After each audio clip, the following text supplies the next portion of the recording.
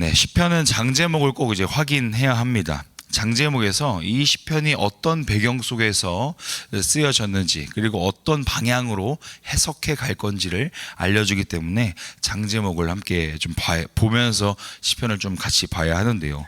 어제까지 보았던 시편 1편과 2편은 하나의 시편처럼 복 있는 사람은 이라고 하는 큰 주제 속에서 1편부터 2편까지 쭉 이어져 왔습니다.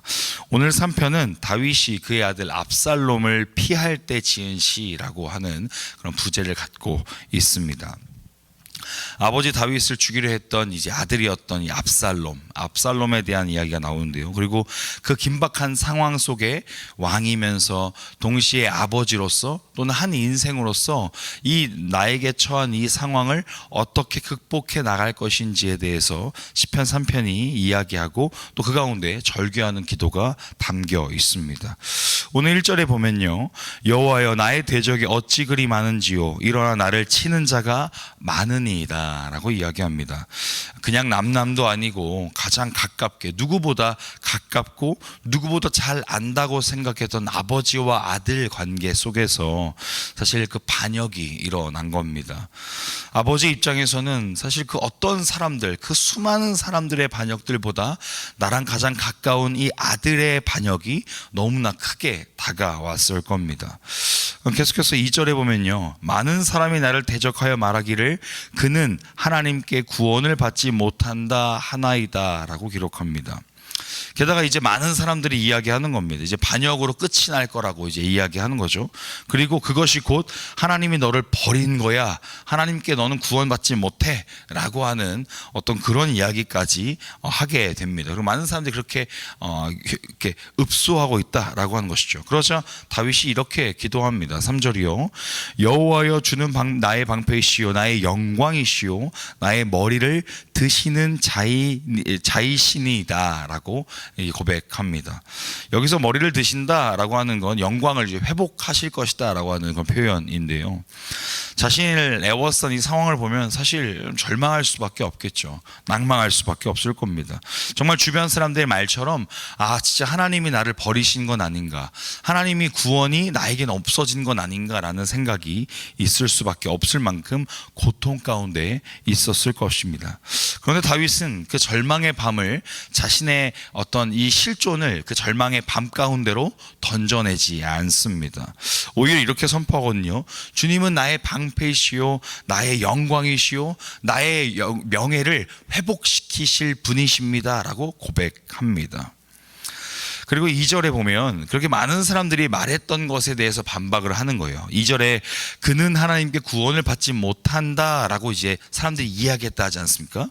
그랬을 때 4절에서 내가 나의 목소리로 여호와께 부르짖으니 그의 성산에서 응답하시는 도다라고 이야기합니다. 많은 사람들의 목소리를 듣지 않고 더 큰 목소리로, 자신이 더 큰 목소리를 내서 선포하는 겁니다. 내가 여호와께 부르짖으니 그가 응답하시는 도다. 사실 그건 많은 사람들이 하나님이 너를 버린 거야, 하나님이 너를 이제 포기하셨어, 너에겐 이제 하나님이 계시지 않아 라고 이야기할 때, 아니 하나님은 나와 함께 하시며 나의 목소리를 듣고 계시는 하나님이다 라고 외쳐 선포하고 있는 것입니다. 그러면서 그의 믿음을 이렇게 선포합니다. 5절과 6절에서 보면요, 내가 누워 자고 깨었으니 여호와께서 나를 붙드심이로다. 천만인이 애워싸 진친다 하여도 나는 두려워하지 아니하리이다 라고 고백합니다. 자신은 두려워하지 않는다고 이야기하죠. 왜냐하면 하나님이 나를 붙들고 계시기 때문에 나는 두려워하지 않는다라고 이야기합니다. 5절에서 보면 내가 누워 자고 깨었다라고 합니다. 그러니까 이렇게 근심 속에서도 누워서 자고 깨었다라고 하는 건 우리가 시편 127편에 하나님이 사랑하신 자에게 잠을 주신다라고 이야기합니다. 이게 단순히 잠을 허락하셔서 편하게 잘 수 있다, 불면증 환자가 하나님의 사랑으로 말미암아 잠을 잘 잘 잘 수 있다라고 이야기하는 게 아니라 그 원어를 보면 시편 117편에서 사랑하신 자에게 잠을 준다라고 하는 건 잠을 자는 동안에도 하나님이 지키시고 보호하신다라는 걸 믿음으로 고백한 자들이 잘 수 있다라고 이야기하는 겁니다. 그랬을 때요, 다윗은 지금 내게 수많은 천만인이 나를 애워싸 진치고 너는 하나님께 버림받은 자야, 너는 이제 압살롬에게 반역을 당해서 죽을 거야 라고 이야기할 때, 아니 하나님은 내 주인이시고 나는 하나님의 구원하심을 믿고 있기에 나는 자고 깨며 다시 한번 하나님께 노래할 것이다 라고 선포하고 있는 것입니다. 저는 오늘의 다윗의 고백을 보면서 오늘 우리들의 믿음이라고 하는 걸 다시 돌아봐야 하겠다라는 생각이 참 많이 들었습니다.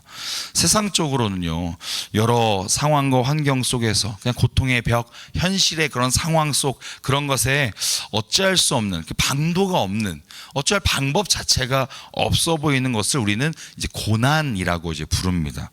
그런데요, 인생에서 더 큰 고난은 그런 상황이 나를 애워쌀 때 나는 좀 뭔가 이겨내려고 하는 마음 속에 있고, 그런 상황들이 나를 애워쌀 때가 가장 힘든 고난이 아니라 그런 상황보다 내 마음이 포기되고 낙심되어 있을 때, 내 마음이 이미 나는 끝났다라고 생각할 때, 그때부터가 사실 진짜 고난이고 진짜 지옥이 시작되는 것입니다. 그랬을 때요, 주변의 소음들, 그런 여러 가지 당장에 해결되어 보이지 않아도 오히려 그 상황 속에서 하나님의 일하심을 바라볼 줄 아는 걸 성경은 믿음이다라고 설명하거든요. 그리고요, 다윗은 그러지 않기 위해서 소리를 친 겁니다. 자신이 2절에서 수많은 사람들이 너는 구원받지 못할 거다, 나 하나님 버린 거야 라고 이야기할 때 그 소리에 잠겨서 나는 이제 끝났나 보다, 나는 더 이상 희망이 없나 보다 라고 이야기하지 않아요. 나에게 하나님께서 기도의 응답을 듣고 계시며 하나님께서 살아계셔서 나를 구원해내실 것이다 라고 오히려 더 큰 목소리로 설명하고 선포하고 고백하고 결단한다라는 것입니다. 사실 그랬을 때요, 정말 이것이 우리의 믿음이 되어야 되는 건 아닐까라는 겁니다. 그냥 고통과 고난 속에 잠겨가는, 매몰되어가는, 함몰되어서 어찌할 수 없는, 방도가 없는 그 상황 속에서 외치라는 겁니다. 하나님은 그 상황 속에서도 믿음의 눈을 들으라 이것입니다. 하나님은 그 상황 속에서도 내가 일할 것이다 라고 시편을 통해서 말씀하고 계시다라는 것이죠. 사랑하는 불양기교회 성도 여러분, 그 시편에서 자주 이런 표현이 등장하죠. 내 영혼아 주님을 송축할지어다. 마치 육신의 내가 내 영혼에게 이렇게 고백하는 것처럼, 마치 영혼이 잠깐 분리되어서 이제 몸이 분리되어서 영혼에게 선포하는 그런 표현 같은데, 그런 느낌이 아니라 내 영혼에게 정말 선포하는 겁니다. 내 마음아 지지 마라, 내 마음아 무너지지 마라. 하나님은 여전히 살아계시다. 하나님은 여전히 우리의 주인이시고 하나님은 여전히 나를 구원해 주실 것이다. 그러니 내 영혼아 나야 하나님을 송축할지어다 라고 선포하는 겁니다. 그것이 진정한 믿음의 고백 아닐까요? 왜냐하면 하나님은 살아계시고 지금도 우리와 함께 하시기 때문에 그 고백을 해야 합니다. 하나님이 살아계신데, 하나님이 우리 인생의 주인이신데 어찌하여 악인들의 외침에 기죽어 살겠습니까? 우리가 어찌하여 희망 없다고 스스로 포기하고 낙심한단 말입니까? 하나님은 우리의 소망이시거든요. 하나님은 우리의 능력이시거든요. 그것을 믿는다면 우리 앞에 놓여있는 여러 가지 고통의 벽, 현실의 벽, 여러 가지 고난의 상황과 환경들이요, 그것이 무시무시해 보인다 할지라도 하나님이 살아계심을 믿는다면 그것이 별것 아님을, 그것이 하나님 앞에서 정말 보잘것없는 것임을 고백할 줄 아는 것, 그것이 우리가 가진 믿음이 되어야 되는 것 아니겠습니까? 우리가 그런 믿음으로, 정말 하나님의 살아계심을 의지하고 신뢰하는 그 믿음으로 다시 한번 오늘 하루 우리의 일상을 살아내시길 주님의 이름으로 축복합니다. 마지막으로 7절에서 이렇게 기도하거든요. 여호와여 일어나소서, 나의 하나님이여 나를 구원하소서. 주께서 나의 모든 원수의 뺨을 치시며 악인의 일을 꺾으셨나이다. 구원은 여호와께 있사오니 주의 복을 주의 백성에게 내리소서. 근데 저는요 7절의 말씀을 여러 가지 번역을 좀 보다가 메시지 성경이라고 하는 의역된 번역에 좀 이렇게 아주 격양된 표현이 써 있어요. 이렇게 기록하거든요. 일어나소서 하나님, 나의 하나님 도우소서. 저들의 얼굴을 후려 갈기소서. 이쪽 저쪽 귀싸대기를 올리소서. 주먹으로 아구창을 날리소서.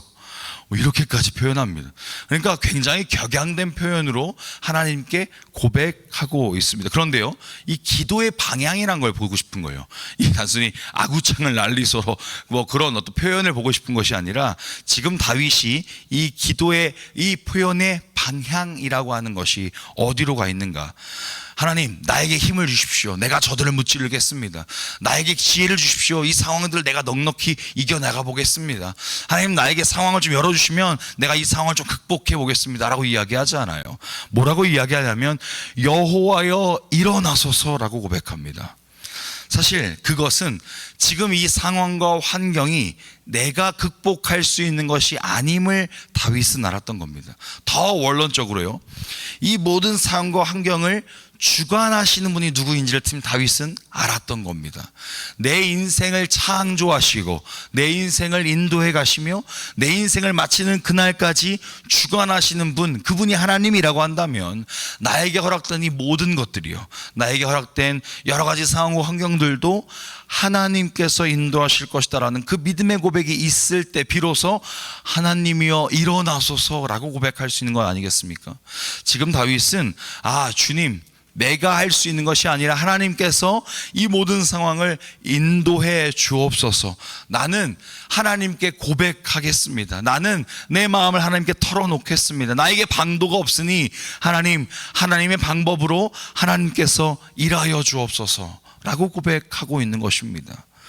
그러면서 8절에 구원은 여호와께 있사오니 정확하게 이야기하죠. 구원은 하나님께 있는 겁니다. 너는 구원받지 못할 거야 라고 세상이 이야기하죠. 아니, 나는 구원받을 수 있어 라고 이야기하지 않아요. 구원은 여호와께 있사오니 라고 고백하는 겁니다. 그랬을 때 그것이 8절 마지막 부분에 주의 복을 주의 백성에게 내리소서, 그 복이라고 하는 거요, 그냥 물질의 복, 제 어떤 명예의 복, 우리가 누리는 모든 환경의 복, 그런 게 복이 아니라고 성경은 이야기하는 거예요. 이미 구원을 우리에게 주신 것, 정말 이 보잘것없는 연약한, 그리고 상황적으로 말도 안 되는 상황 속에서도 하나님께서 구원을 허락하신 것, 그게 복이 아니면 무엇이겠습니까? 하나님께서 하실 겁니다. 하나님께서 인도해 가실 겁니다. 하나님께서 우리 인생의 주인이심을 고백할 때 그 고백 속에 하나님께서 일하심을 우리는 맛보게 될 것이다, 이것입니다. 사랑하는 여러분, 비록 우리의 상황이 긴 터널을 막 걸어가고 있는 것 같은, 흑암의 세월을 걸어가고 있는 것 같은 우리 인생들의 고난이 있을 수 있습니다. 각자마다 그 깊이는 다르겠죠. 그러나 하나님께서 이 말씀을 통해 우리에게 말씀하시는 건, 사랑하는 딸아, 사랑하는 아들아, 너의 인생의 주인이 누구인지를 기억해다오. 이 다윗도 자신의 아들에게 반역을 당해서 쫓김을 당하는 이 상황 속에서도 이 다윗이 나를 의지하고 신뢰했던 거 너에게 보여주며, 너의 믿음도 이렇게 되길 원한다. 너의 인생도, 너의 그 문제도, 너의 그 상황도, 너의 긴 그 터널도 내가 끝내 완성해 갈 거고, 끝내 그 어둠의 터널에서 건져낼 거고, 그 모든 상황을 내가 승리로 이끌 거다라고 하나님 말씀하고 계시다는 겁니다. 그렇다면 오늘 이 아침 우리가 기도하는 모든 기도의 제목들의 방향이 달라져야 되지 않겠습니까? 하나님, 이것도 주옵소서, 이 문제도 해결해 주시고 이런 상황들도 하나님께서 극복하게 해 주옵소서가 아니라, 하나님, 모든 것은 하나님의 손 안에 있사오니 우리에게 방도가 떠오르지 않아도, 우리에게 어떤 방법이 딱 깨달아지지 않더라도 하나님께서 일하시고 하나님께서 인도하실 것을 믿습니다라고 기도하는 것, 그것이 오늘 아침 우리의 기도가 되어야 되지 않겠습니까? 그리할 때 그 상황을 승리로 이끄시며 가장 온전하고 안전하게 인도하시는 분이 하나님이심을 믿음으로 또 경험하게 될 줄 믿습니다. 그 믿음으로 오늘 하루 최선을 다해 살아내시고 또 오늘 하루 열심히 기도하시는 우리 모든 불량기 성도님들 되시길 주님의 이름으로 축복합니다.